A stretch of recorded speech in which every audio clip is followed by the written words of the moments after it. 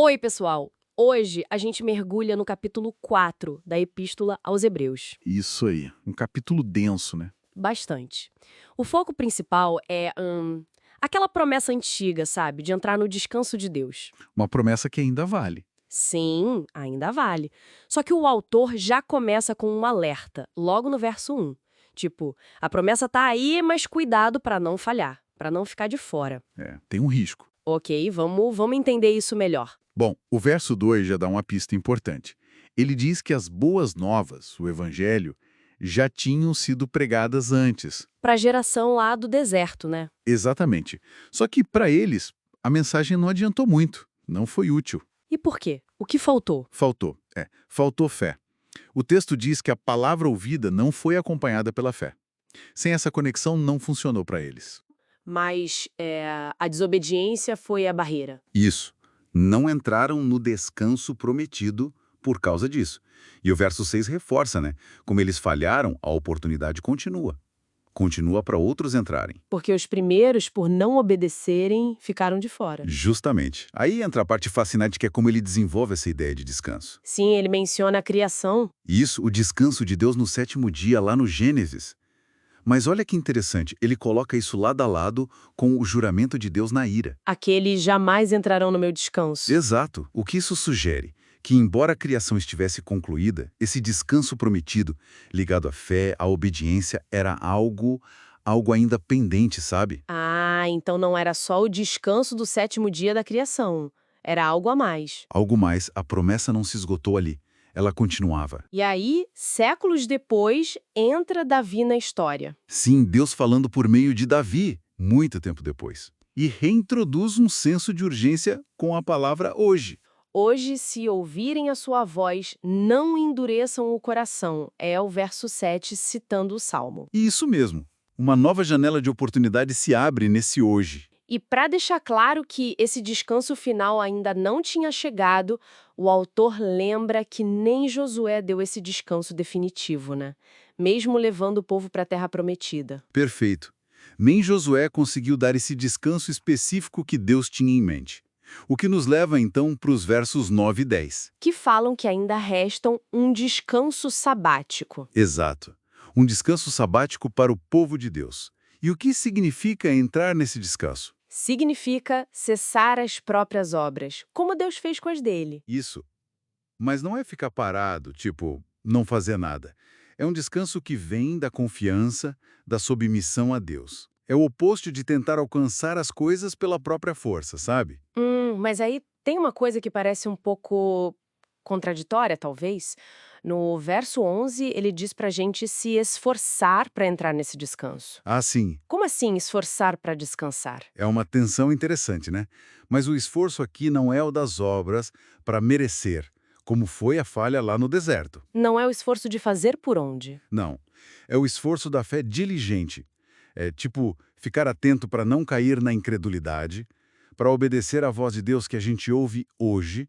É o esforço de crer e permanecer firme na promessa. Entendi. É um esforço de vigilância na fé, não de autossuficiência. O descanso é de tentar merecer. Exatamente. Descansar dessa tentativa. E falando em ouvir a voz de Deus, em discernir, Aí o texto muda o foco para a palavra de Deus, né? Nossa, que fica muito interessante mesmo. fica. Verso 12. A descrição é poderosa. A palavra é viva, eficaz, Mais cortante que espada de 2 gumes. e ela vai fundo, né? Penetra até dividir alma e espírito, juntas e medulas. É uma imagem de profundidade total. E consegue discernir os pensamentos e as intenções do coração. Uau! Clareza total. Discernimento absoluto. E isso se conecta direto com o verso 13. Que diz que nada, nada mesmo, fica escondido de Deus. Tudo está nu, exposto diante dele. Aquele a quem a gente tem que prestar contas. Então, a palavra revela nosso interior. E Deus vê tudo isso. A prestação de contas é existente, inevitável. E com base na verdade mais profunda. Isso poderia soar bem intimidador, né? Essa exposição toda. Sim, poderia ser desesperador até. Mas o autor não para aí, felizmente. Ele logo em seguida apresenta a solução, a nossa esperança diante disso. Que é Jesus. Nosso grande sumo sacerdote, introduzido no verso 14. E não um sacerdote qualquer, né? Um que atravessou os céus. Isso fala de vitória, de acesso total a Deus. Exato. E por causa disso, vem o encorajamento. Vamos nos apegar firmemente à fé que a gente professa nele. E a natureza desse sacerdote é o ponto central, eu acho. O verso 15 é um alívio enorme. É fundamental. Ele pode se compadecer das nossas fraquezas, E por que ele pode? porque ele mesmo foi tentado em todas as coisas, como nós somos, com uma diferença crucial. Sem pecado.